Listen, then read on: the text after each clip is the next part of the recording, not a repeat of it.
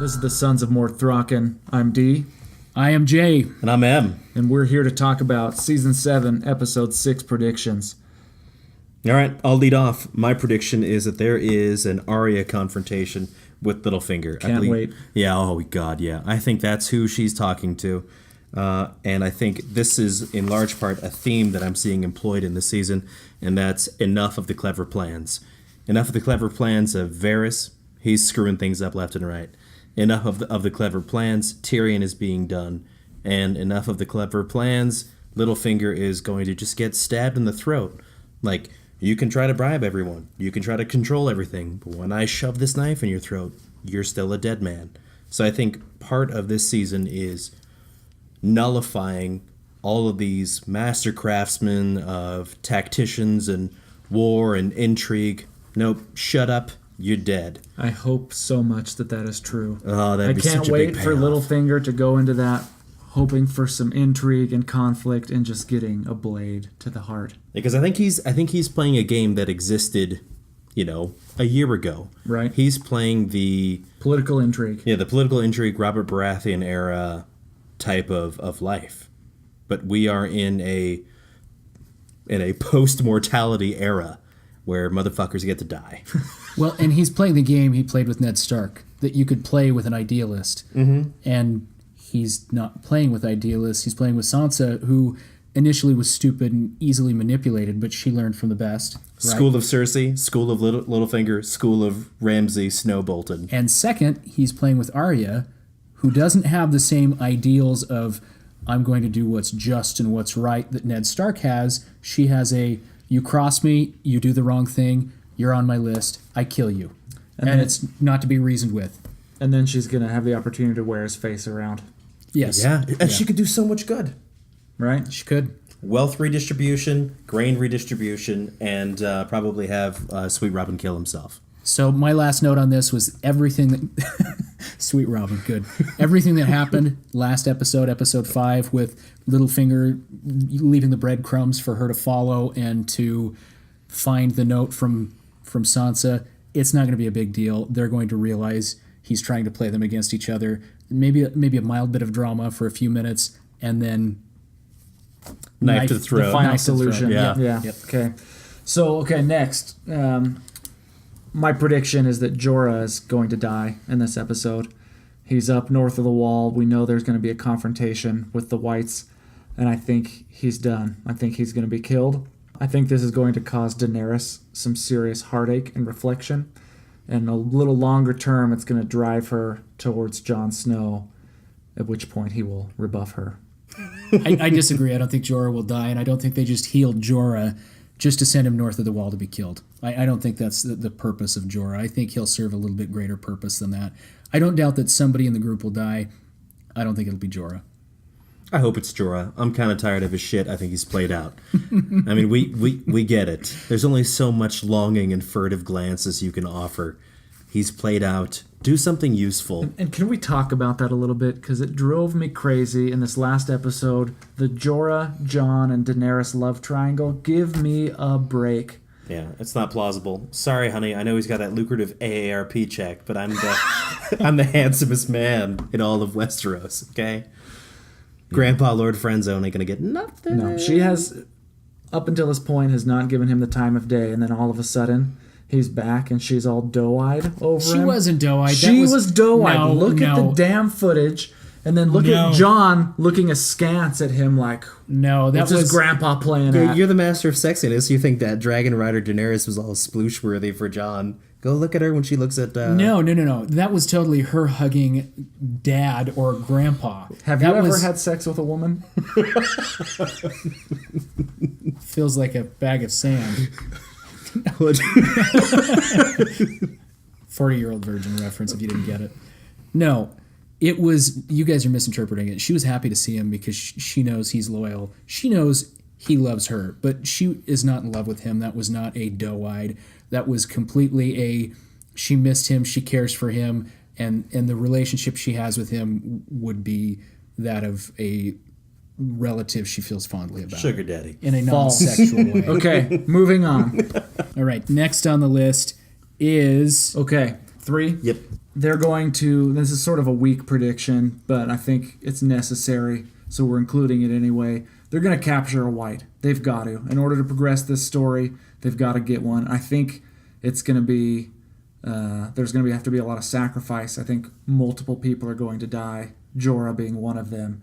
But they're going to get one, and they're going to get it south of the wall. It's got to happen. So the prediction is just that their mission will be successful. Right. What I'm wondering is if it's going to be a horse or a man that is taken captive, because they've showed that the horses can be reanimated.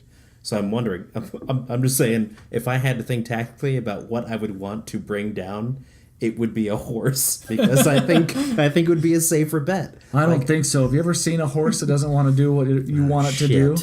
Yeah, Those things get What, violent. do you think they're man. just going to ride the dead horse all the way down? Yeah, maybe just like, No. Bleed it along with a little ice carrot Also- popsicle. Also, they need to show that the Wight is trying to kill them, and I don't know that the horse would be trying to kill them as much as serving as something for the White Walkers to ride on. They're going to capture... P.T. Barnum level event. Yeah. Would you look at that, Susan?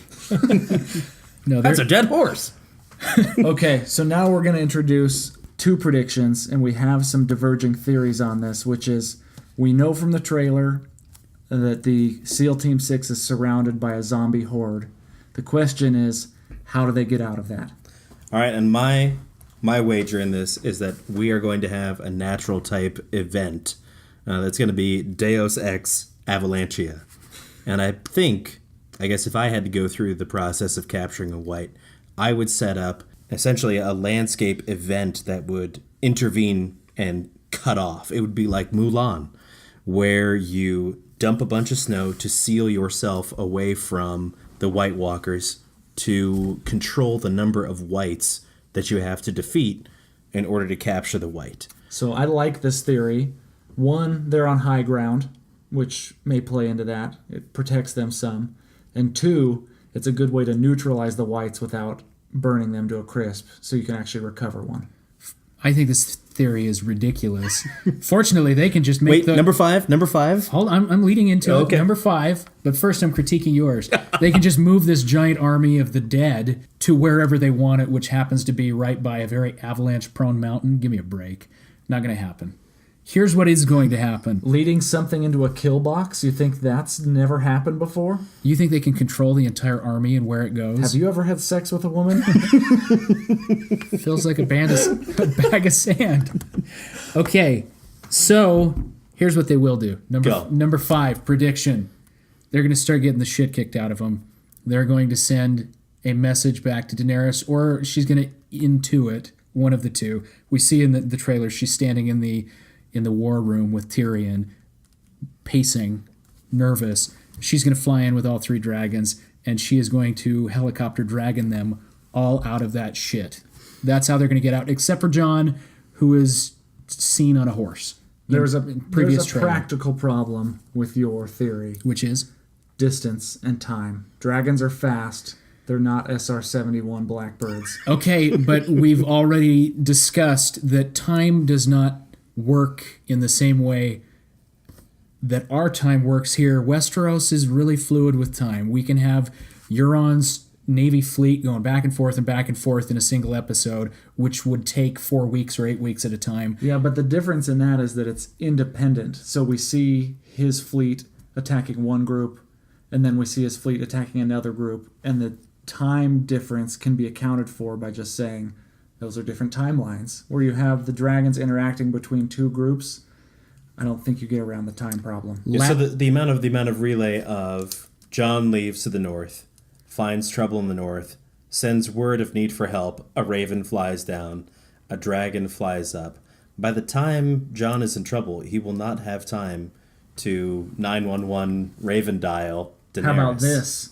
Bran sees the trouble coming, wargs into a dragon, sends it up north. I could see that working. I think Daenerys will come up. I think that's going to happen.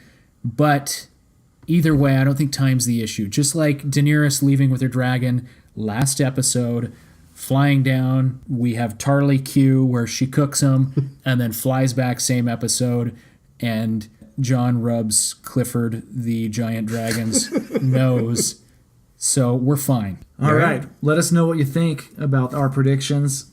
Comment and let us know if you have any additional predictions or if you think Jay is completely off his rocker like we do. Like and subscribe the video. And this is the Sons of Mort Thraken signing out. Wiener, wiener, wiener, wiener, wiener, one wiener next to another wiener, wiener, two wieners alongside yet another wiener, tangle soft, wiener, nice and soft, fluffy, lolly rags, wiener, fluffy wiener, fluffy wiener.